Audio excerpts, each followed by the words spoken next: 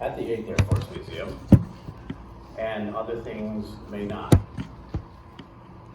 But before we jump into that, there's a quick announcement I need to make.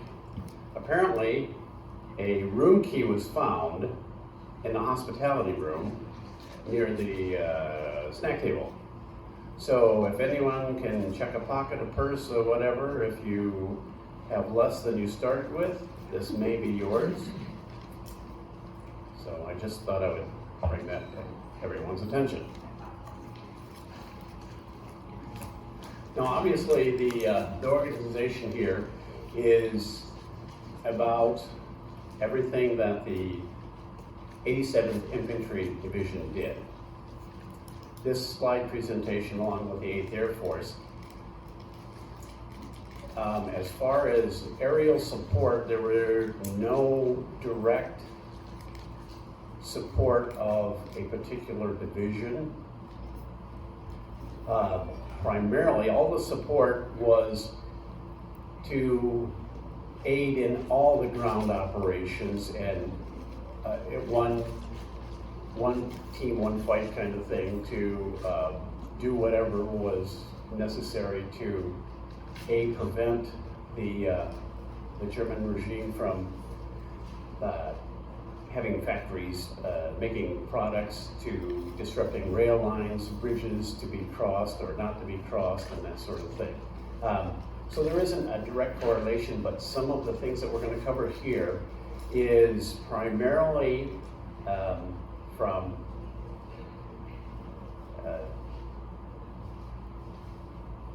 basically just before and through the Battle of the Bulge period. So this is the 8th Air Force symbol. For those that were at the museum, it's maybe a bit redundant. This was Jimmy Doolittle, who was the commander of the 8th Air Force in Europe. This I thought was kind of neat. Some things may be disjunct in where they're placed in the PowerPoint, but this is their SOP, Standard Operating Procedures. This is what they went by. This is their little book that they have, okay, cheat sheet. Here's what you're gonna do, and it's maybe challenging to read. Now, I guess I should also say that this entire presentation will be on our website. How soon after, I don't know. We will make sure that it's available so that everyone can peruse at their leisure. Oh, now that I'm here, I don't know that I have to do this, but I'm going to do this, preface it. There will be photographs of bombardments. Some people may find things offensive. There will be pictures of blown up buildings and things, and there may be pictures of personnel as well. So I don't know if I have to, but I thought I would preface that. When they take off and land, anyone that was at the the museum, they kind of alluded to everything. You know, when you have a dozen aircraft, 20 aircraft, you can't just take off. It takes, and one takeoff, and then it would take 2 hours between the first airplane and the second plane. So what they would do, once they took off, they would circle the airport or the airfield until all the aircraft were up. Same thing coming back. When coming back, the aircraft with the most damage had priority. So, and they basically went by the same pattern. And if you had the best aircraft, you would be farthest away from the field, making the biggest circle around the airfield, so that the damaged aircraft, if there was one that was particularly bad, they would land first. Now, I understand how that's going to happen, or why they would do that. However, if that aircraft lands short, or there's an issue in the middle of the airfield, where does everybody land? And I didn't have enough time to research that, and that's why, because so many airfields were within 5 to 10 miles, provided the weather was good enough, they would land wherever they were available. Now, I do know for a fact that there were a couple incidents where aircraft, if they lost their landing gear, they wouldn't actually land on the hard surface. They would land in the grass or near the field, as long as it wasn't like a plowed field kind of thing. So, but this is the basic pattern on takeoff and landing to get everybody down. Here's a little bit about the staff. You folks can read probably faster than I can read or talk. So these are just the staff of the 8th Air Force that were in Europe. And again, this might be a bit of a repeat, but the flyers had the highest casualty rate of any entity in World War II. And I believe that the figures were in the first half of the war, you had a 1 in 3 chance you're going to make it home alive.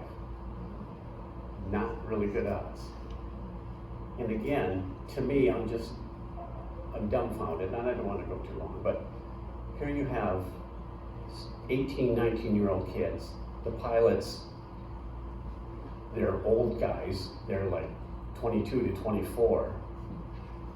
And said, yep, that's what I'm going to do. Time and time again. They didn't question it. They just automatically did that. That takes a tremendous amount of fortitude in my book. Now we're going to go into a number of the aerial photographs.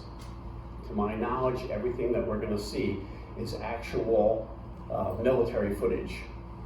We're going to start off here. This is some of the aircraft that they would go over in large groups. They would do bombing runs, and we're going to see part of the aircraft as they're flying their mission, part of the aftermath of after they've been through.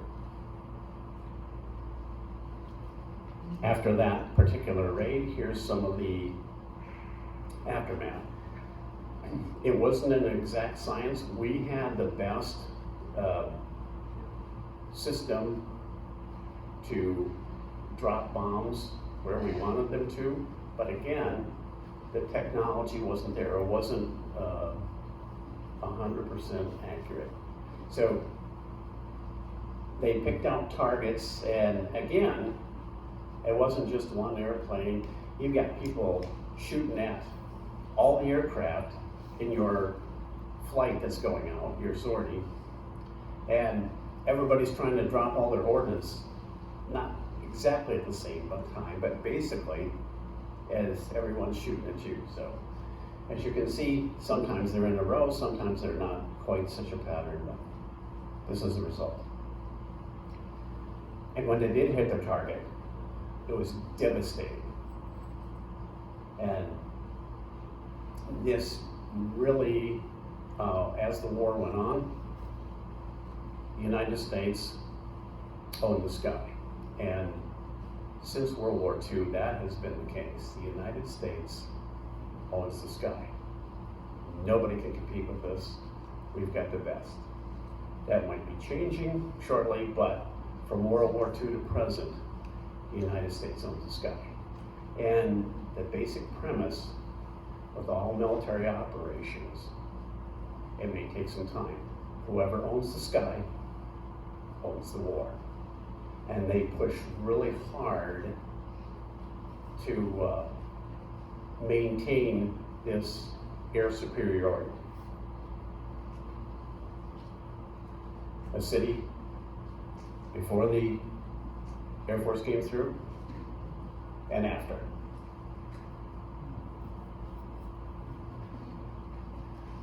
And sometimes to ensure they had the right target, they would do multiple runs or raids on a particular site.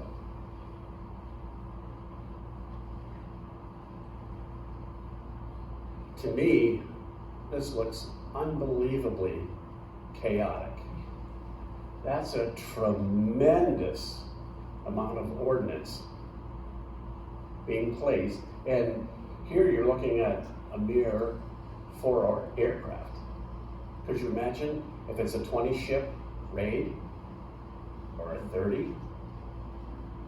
I guess the previous slide is indicative of what the aftermath would be. But this is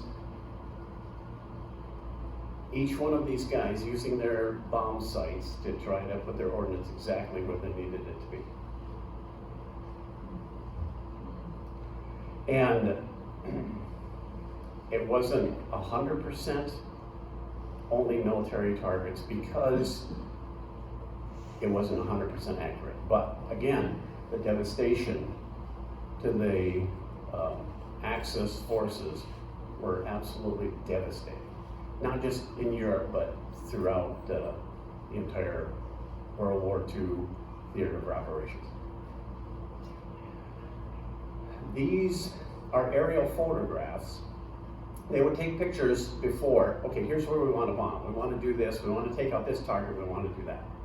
They would take pictures after, okay, how did we do? Did we do so good? Did we not do so good? This is some of the intelligence photos. They highlighted particular areas. Okay, here's where we hit. Is that what we wanted to accomplish? If not, then now they would have to consider, okay, do we move on to the next target or objective that we wanted to do, or do we come back here another time, another day, as they're able? How important was the destruction that they did this time, or do we need to run another raid? And again, sometimes to ensure that you took out the target, because not everything was, the city is here, 20 miles away are all the factories that make ball bearings or tanks or drivetrains, whatever. So again, to ensure that the regime was stopped, sometimes they made multiple runs to make sure they took out absolutely every target.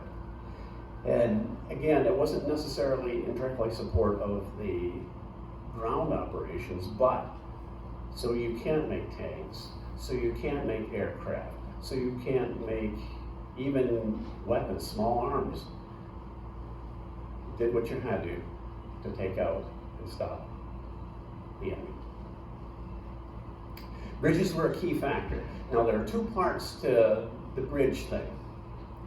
Do we need to protect a bridge so we can get our troops or equipment, machinery, tanks, whatever across it? We need to protect them so the bad guys can't take them out. Or is this something that the bad guys are coming across and taking out our personnel? So if it was a bridge that was determined that no, this isn't the bad guys' hands, or it aids them, they were very good at taking out bridges. That used to be, I thought I had another picture in here of this bridge that existed, but as you can see, there is absolutely nothing, and it's not something that could be quickly or easily repaired. Here's another bridge, exact same kind of thing. There's something that you are not going to repair, even if you had the time and the personnel and you didn't have to worry about attacks. It would take a tremendous amount of time and money, materials to repair that bridge. Do you know where that shot was taken, Marty? I don't know where any of it. That was Cologne. Okay. And the one before was Romania. Okay. When I was researching all this, some of them had information, some didn't. And now that I'm, FCRS, I don't remember any of it because I didn't write it down, but like that. And again, think about it. Here you are, you get an aerial photograph from 25,000 feet from a reconnaissance aircraft. Where are the good guys, where are the bad guys? Where are the buildings you need to take out? These intel folks would sit down with super magnifying glasses that would be a quarter of an inch off this photograph, trying to decipher any little thing that they could. Was this just a farm field, or was there actually something in there? They would spend hours and hours researching all this stuff to find out, is this something we need to consider or not? Because the aircraft, the reconnaissance aircraft that would go over, they would just take blanket photographs, overlay one after another, after another, after another. And there would be a room with this big with 50 people that would sit down with magnifying glasses and go over all this stuff to pick out whatever the significance or non-significance of these photographs. Because it wasn't like, okay, now we can have a drone go over and fly this coordinate. At that time, they didn't know. They didn't have any capability even near that. So they would just take blanket photographs of German cities, German, the landscape of all of Germany, so that they could see what was there and then go through to determine if there was any targets that needed to be addressed. And if they did, we have the before and the after.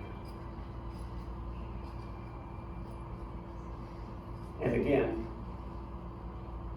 this used to be an oil refinery. Not so functional right now. And again, there were multiple targets, not just factories, not just airfields, not just barracks. Anything that supported their war effort was a target for our aircraft.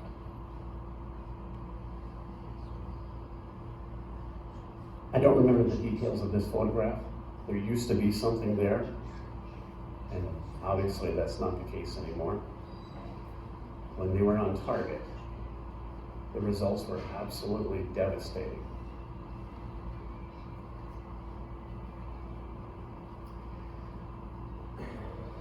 This is an aerial view that, and it's kind of bizarre to think about it now. They would have aircraft that were flying high and taking some of the photographs. This is a biplane.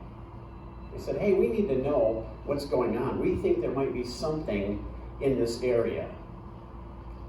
So they had a pilot in the front of a two-seat biplane, and a guy in the camera with a camera in the back seat, flying around, taking pictures. And with the biplane, you're flying 3,000 to 5,000 feet. Probably rifle fire could reach your aircraft. Certainly, anti-aircraft, you would have been a sitting duck. But because the information was needed, they would do whatever they had to identify targets. And here again is one of the aerial photographs in which they labeled different things. I don't know if you can see it back there, but there, well, let me see. Right down here, it says 4 bursts. They're looking for what damage had been done. And here was actually a bunch of bombs. You can see kind of the craters here. Just to the left of, I think, the bombs, just to the left of the wording. Those, just Those bombs falling. there. Oh, well, these are actually the bombs that are falling. And this was probably a multiple sortie or ship bombing raid, because obviously they hit this, wrong button. They hit this before. They didn't accomplish their objective. So as they're dropping bombs, and there's multiple aircraft above these folks, they're dropping bombs and taking aerial photographs at the same time. And this actually, somebody highlighted this they could actually see the 4 bombs that are falling. But I thought this was quite interesting because they'd already obviously bombed this area.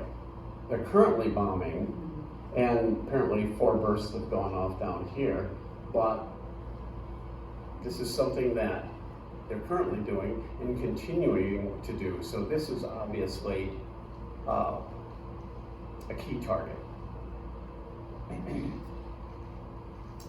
And yesterday, most of the aircraft that we saw were big bombers. Well, that wasn't always the case. You use whatever you have. And again, when you have multiple aircraft all at the same time, these guys have to make sure they're using their bomb sights to put the bombs on the target. Trying not to run into each other because they're still flying by wire, as they would say. You have physical controls. There's no electronics or anything to really help you with your aircraft. Plus, there's bad guys, possibly in the air, but if not, at the very least on the ground, trying to shoot at you to stop you from doing what you're doing. This just seems so chaotic to me that they're doing all these things, and this is just part of this picture. This is not the entire bombing raid.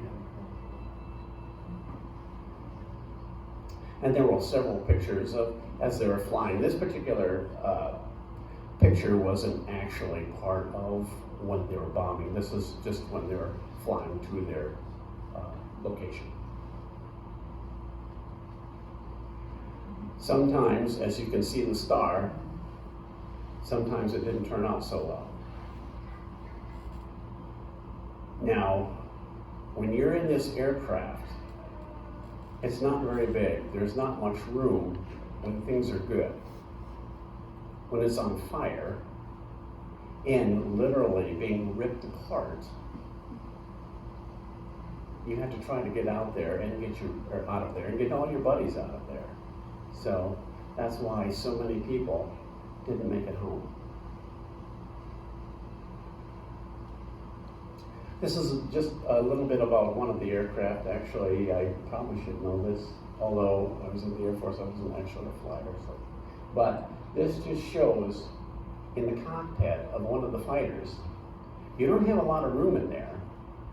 And everything, your feet steer it, your hand on the yoke makes it go up and down, or you can tilt the aircraft from side to side. But again, they didn't have a GPS. Okay, you've got a compass.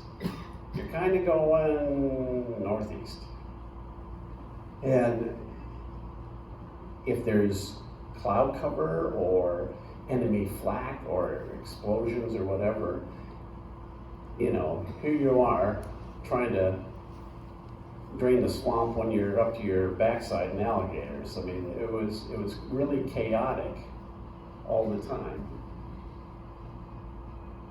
And it's not like you could go anywhere. And some of these fighter escorts, it was a one-person ship. I mean, you're the pilot, you're the gunner, you're the everything. And if you've seen modern aircraft, they have all kinds of gadgets and buttons and things. This is 1942 they built this thing. 200 switches.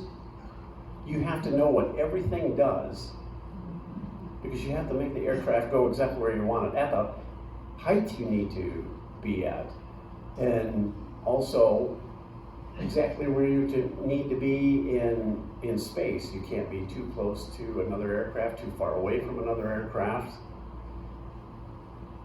That is quite complicated. Now, you're in combat. People are shooting at you. You're trying to meet your objective. Seems a bit busy to me. And they talked about this if you were at the museum, but they would have all these aircraft because it was a matter of attrition. You're going to send out 20, 30 aircraft in hope that they would all come back. The reality is 20% might not come back. Or even if they came back, they wouldn't be usable without major repair. So in these fields, well, what we call in the rear with the gear, away from the actual fighting, that's where the guys did all this stuff. Usually in England, although I can't understand why in the world they would want to have an air base in England, because the weather is crappy about 340 days a year. Other than that, it's just kind of iffy, but fog and rain, and it's just, but because it was flat and relatively safe, the Germans had tried several times to take out England, and they couldn't do it. So it was relatively close, flat land, and that's where they could have all the stuff in a relatively small area. Because again, in the very southeast of England, they would have 20 airfields within 75 miles.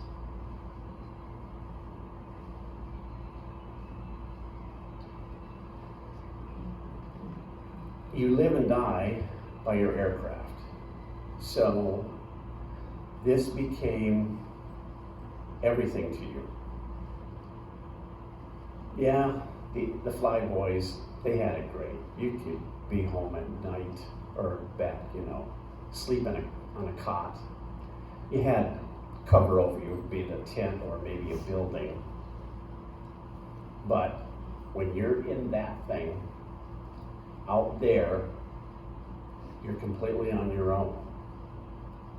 So the maintenance guys took great pride in making sure that their air crew had absolutely the best aircraft of anybody.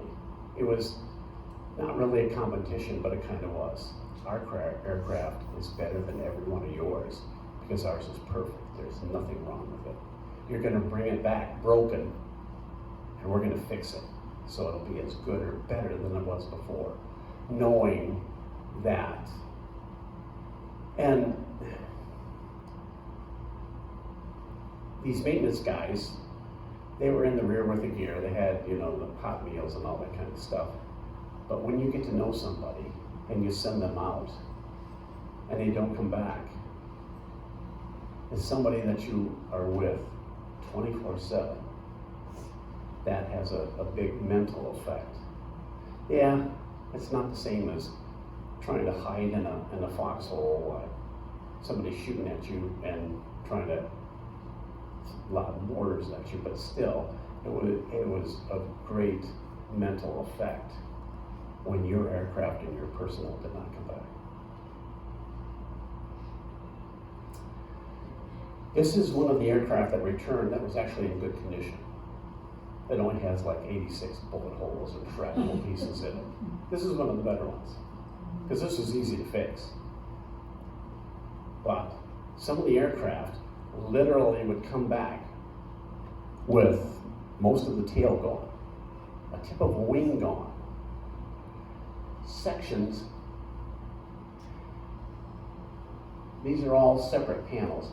Sometimes an entire section, 3 feet by 4 feet of your aircraft, the skin is gone. It's just absolutely gone. It affects how the aircraft flies, but also, even if you're flying low, let's say 5,000 feet, it's in the middle of winter. And as every one of these grunts will tell you, it's 20 degrees on the ground and there's snow and it's colder than the mother. When you're at 5,000 feet, it's minus 24 and you got a 40-mile-an-hour wind chill. Kind of makes things even more challenging to operate all those things that you need to do to make the aircraft work and come back.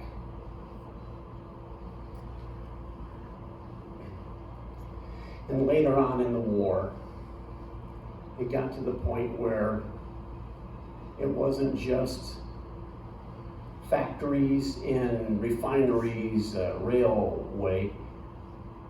anything that could be used happens to be an airfield. But they even got to the point where the Autobahn, the big expressways that we would think of today, the Germans started building that because they wanted to be able to move things quickly. So your bombing raids start off with taking out the aircraft so we can control the sky. Then it went on to things like tanks and jeeps and factories and that sort of stuff. They're making all the things. Then to make sure, even if they built something, there's no rail, there's no bridges, there's no anything. So it got towards the end of the war. That's where you see the photos where there'll be 20 aircraft dropping just hundreds and hundreds of bombs to make sure that absolutely nothing could be utilized. The round at the bottom, if anybody's familiar with a 50 caliber round, well, I don't know, maybe. That's the bottom one. In the beginning, they would have 50 caliber machine guns mounted on the aircraft, and then they decided, hey, maybe we can put small artillery rounds on the aircraft. And actually, that is not a bomb, that's a projectile. I don't know the exact size, I couldn't find out the information when I was researching it, but that is scary. Not as scary as what they have today, but wow. The advancements that were made were just phenomenal.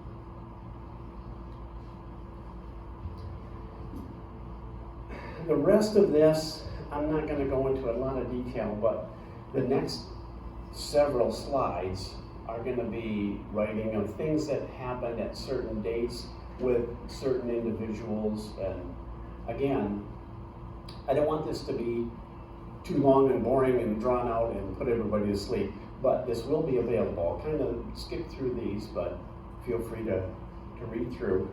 And there's a couple things towards the end that I really want to get to. Again, the B-17s and the B-24s were the major bomber aircraft. Those were the big guys at the time that would drop either 3 or 4 extremely large, like 1,000-pound bombs, or they would drop half a dozen or a dozen mid-sized bombs, or maybe 30 or 40, like you had seen in some of the previous slides, where there's just a continuous stream of bombs to take out targets. Now, depending on if it was a rail that you wanted to take out, you wouldn't necessarily use a large bomb, because if you're a little bit off, now you wasted all that. So that's where you drop 20 or 30 small bombs. So as long as I'm close, then I'm going to disrupt that rail system or that bridge or whatever.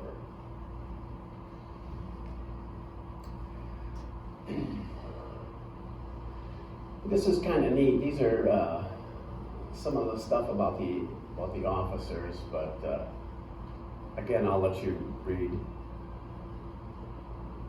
And this will be available if you want to look at this later online.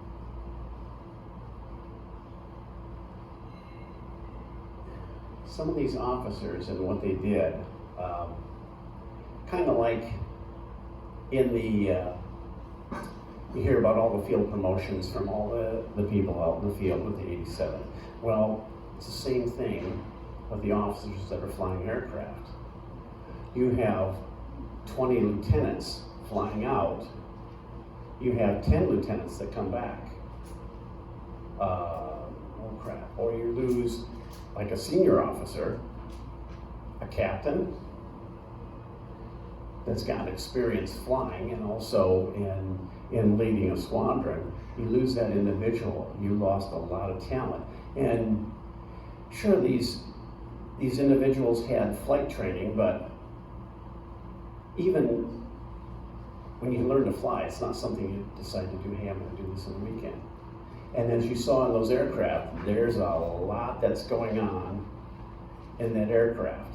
So you lose these senior people, you're losing the leadership of being able to handle a large bomber with a 10-person crew, but you're also losing that leadership of getting all the aircraft to the right spot, exactly at the right time, and back safely.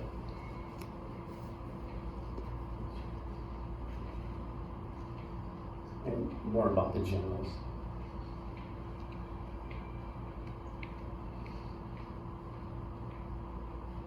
And apparently, in the reading that I did, this Castle was quite a guy, but just more about him. I'm going to skip through this. I hope no one is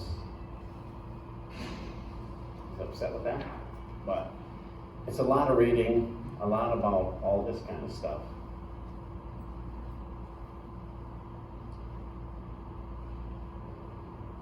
And again, when you're flying and your aircraft gets hit, do you continue on? Because if you lose an aircraft, yeah, they can make another one in the States. Like the example was in Detroit, Michigan. That's a long way from England. You have to get it to the East Coast. Then they would fly not directly over the ocean, because we didn't have all the electronics. So they would fly north, Greenland, Iceland, Ireland, and then eventually end up in England. So, you know, an aircraft that takes you, they're really proficient. They can make one in 2 weeks. Took another 2 weeks to get it to you. So if you're the captain of an aircraft and it's taking fire, or you lost an engine, whatever, now you have to make a determination. I have people that I can't replace. I have an aircraft that I can't replace. Besides, if we have to bail, although the flyers were treated much better by the Germans, there's a good chance if you make it down on the ground and your injuries are minor, where it won't cost you your life, now you're captured.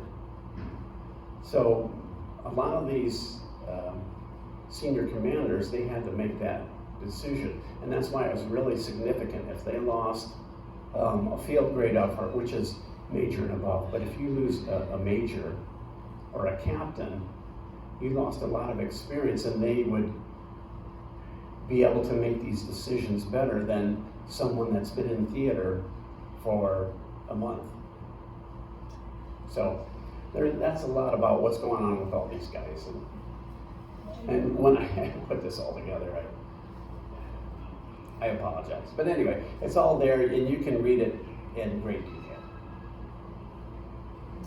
And we weren't there on our own. The RAF, they flew a lot of missions in support of and by themselves to target the Axis forces. And there were a couple people in the RAF, of course, being Americans, we don't really know, but there were some people that did some just amazing things.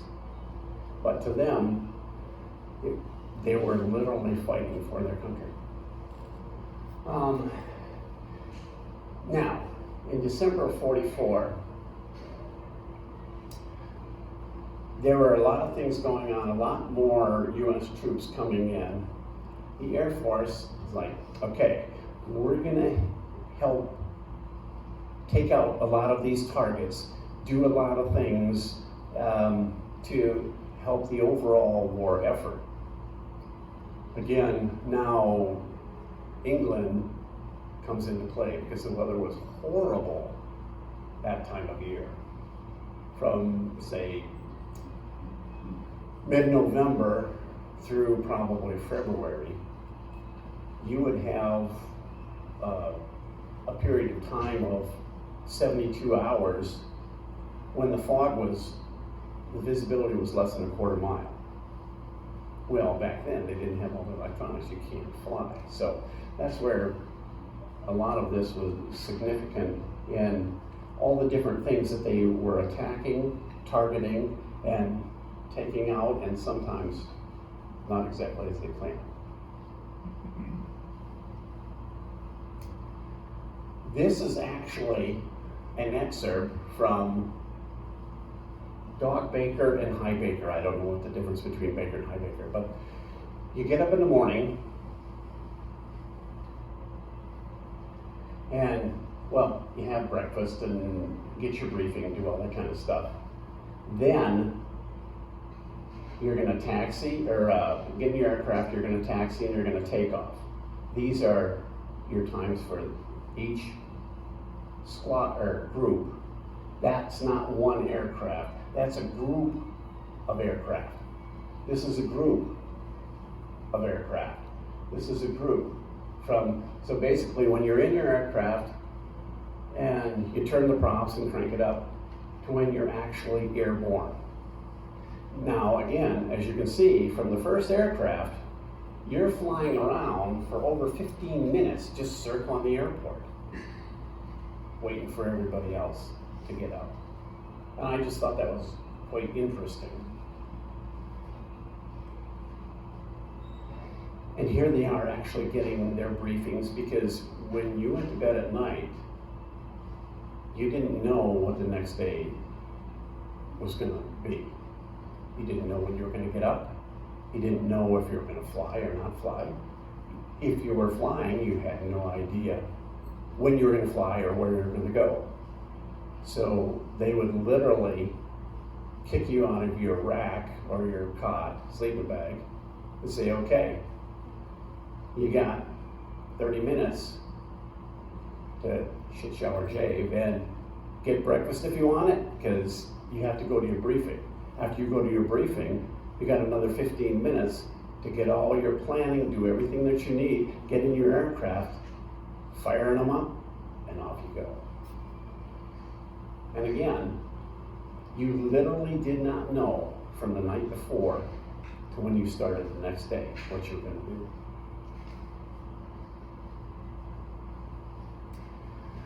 January 45, this starts to get into, we're getting ready. Well, they didn't really know about the Battle of the Bulge, but the Americans were confident that the Air Force would own the skies and go out and take out so many of these significant targets due to weather and the unexpected Battle of the Bulge. Here's some of the things that took place in January.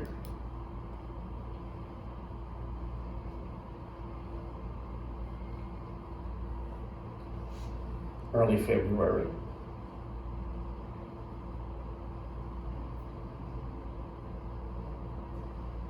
$900 bombers. 900 bombers. That's amazing. To me.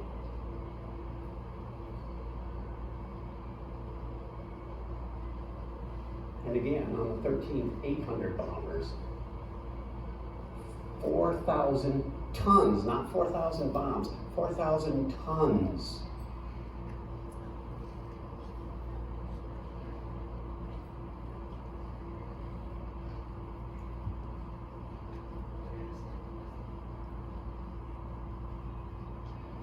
February 26th through March 18th.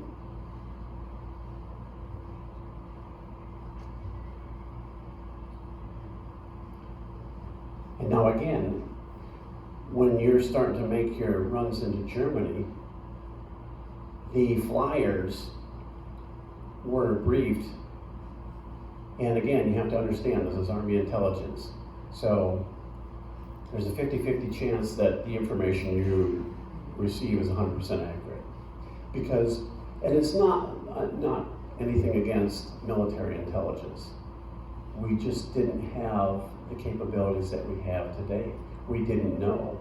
Like the division with Bob, they ran up the hill, then came back down. Well, the flyers had no idea. By the time the information gets back through the Army channels, goes back to headquarters, they tell the flyers. So this was a very significant thing whenever ground troops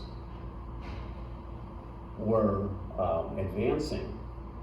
This is sometimes, I don't know how much it happened, but in just some of the reading, that they would actually say, okay, you're gonna bomb whatever this target is. And the target wouldn't necessarily go by name, but by a number. They would abort the mission because it was suspected that Allied forces, not just Americans, but any Allied forces, were in that area. They didn't want to have fratricide taking a chance of taking out some of their own personnel. And there's some stories, none of it's in here, but you can read some stories from some of the flyers that they go out and take out a target. Look, we just, killed 500 troops. They were advancing, and come to find out that it was their own troops. And some of these officers would take their lives or just go completely off the deep end. Because I just, I did what I was told to do, but come to find out, those were my guys. I don't know who they were, I don't know what unit, but they're Allied forces. Look what I just did. In April, and again, because this was so fluid, things were happening so fast, things were going on back and forth, that they wanted to make sure that they took out they completely removed the air capability of the Luftwaffe, but also support anything that would permit ground troops to sweep through Europe.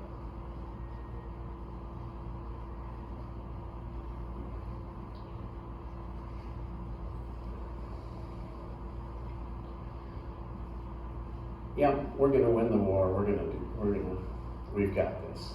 Well, didn't go exactly as planned, but again, there were sweeping advances. Now, towards the end of the war in Europe, not only did we have American, British, and French resistance and all these people out there, now the Russians are starting to make an influence coming into Germany. So, from what I read, we weren't really that buddy-buddy with the Russians, but they're against the Germans, so they're on our side. So now, and the Russians didn't tell the Americans or the Brits anything, unless they were absolutely forced into it. So now you have to take into account some of the other forces, the Russian forces that were in the area.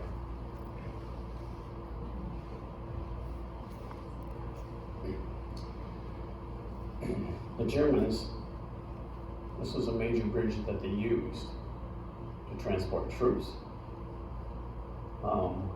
light vehicles. So now you have a whole bunch of soldiers with paddles and a rubber raft trying to get to and from these rivers. So even at this point later in the war, an attack aircraft, P-57 or P-47, or P-51 or P-47, even going in with machine gun fire, a lot of the smaller bridges were wooden, and it would have a devastating effect. This actually came from I don't remember when reading it, but this was actually from the German army. They took a picture of their troops moving, and rail was a major thing. And we completely eliminated the access rail service. Because not only did they move equipment and things like that, they moved a lot of troops, they moved a lot of prisoners. We eliminated that.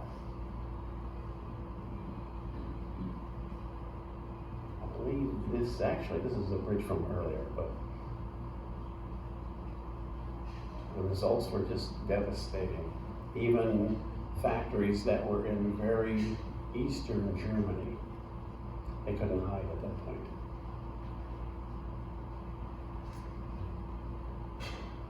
When all that remains is a smokestack, you can't do a lot.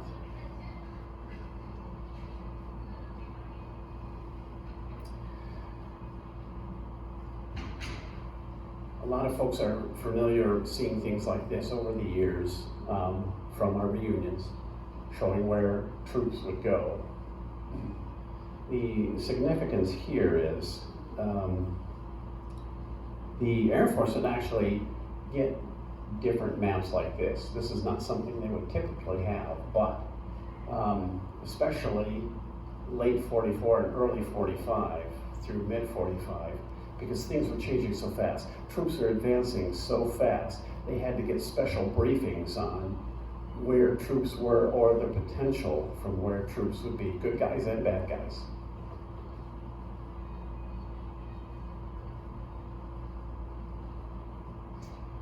And that concludes my slideshow. I hope it didn't put anybody to sleep. Are there any questions?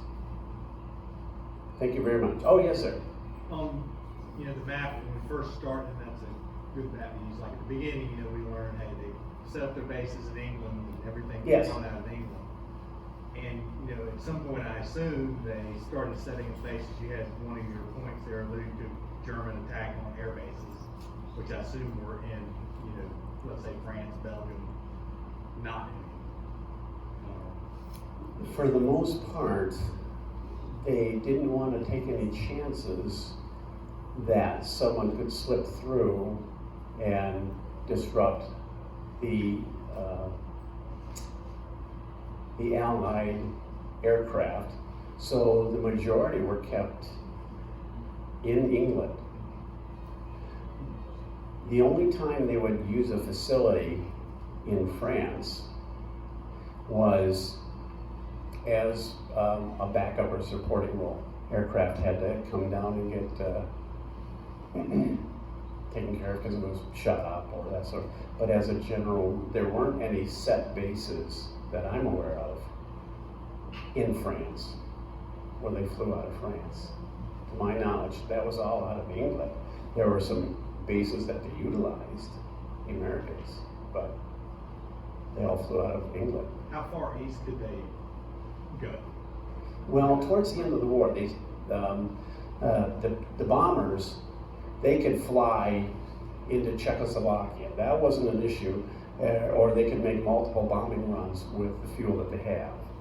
Even the P-47s, which couldn't fly as far, they could still reach all the way into Eastern Germany and back.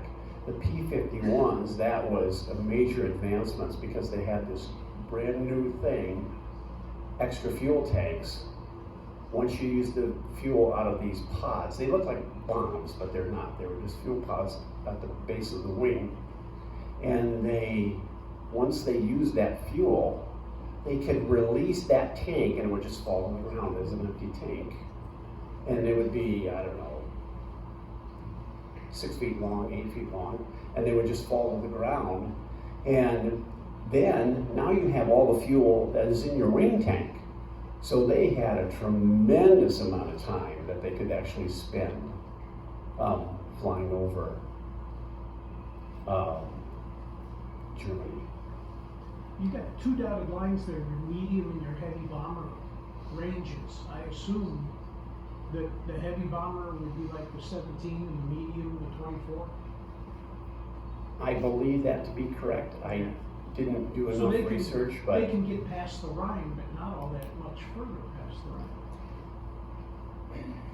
If you look at that medium bomber range. You see your green? yes, dots? I do. At I least- don't think that was the limit as how far they could fly.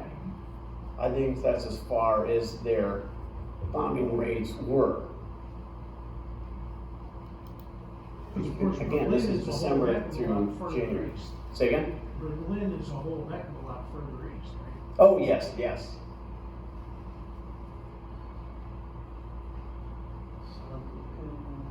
I mean, this is focused on the Bulge. Yeah, that's. Come on. Yes, yes. And that's a lot of what this was. Battle of the Bulge support. That wasn't the limits of how far they would go, but that's where they were concentrating on to make sure bridges were removed, rail was removed. The few remaining Luftwaffe bases, aircraft were taken out. Whatever it would assist the Axis had to be removed.